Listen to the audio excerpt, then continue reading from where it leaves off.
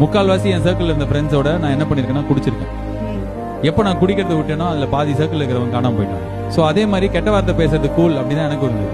நான் ஒரு இன்டர்வியூல கூட இந்த ப்ரொமோஷன் போது சொன்னேன். கோயம்புத்தூர்ல ஒருத்தர் சொன்னாரு, சென்னையில இருந்து நான் சொல்ற கெட்ட வார்த்தை சொல்ல அப்படி ஒருத்தர் வந்திருக்காருன்னு. அவ்வளோ கெட்ட வார்த்தை பேசுவேன். ஏன்னா எனக்கு அது பயங்கர பவர் கொடுத்த மாதிரி நினைச்சுக்கிட்டேன் நான். But when I stopped, I thought my thoughts changed. இந்த பான் பார்க்கறது, கெட்ட வார்த்தை பேசுறது, இதெல்லாம் நான் வந்து உங்களை பார்க்காதீங்க பேசாதீங்க, அதெல்லாம் உங்க ப்ரோ சாய்ஸ்.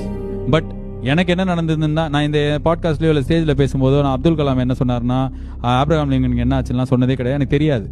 எனக்கு என்ன ஆச்சுன்னா, I became better person when I stopped watching porn. My thoughts were clean. இது வந்து பூமரா இருந்ததுன்னா நான் பூமர்.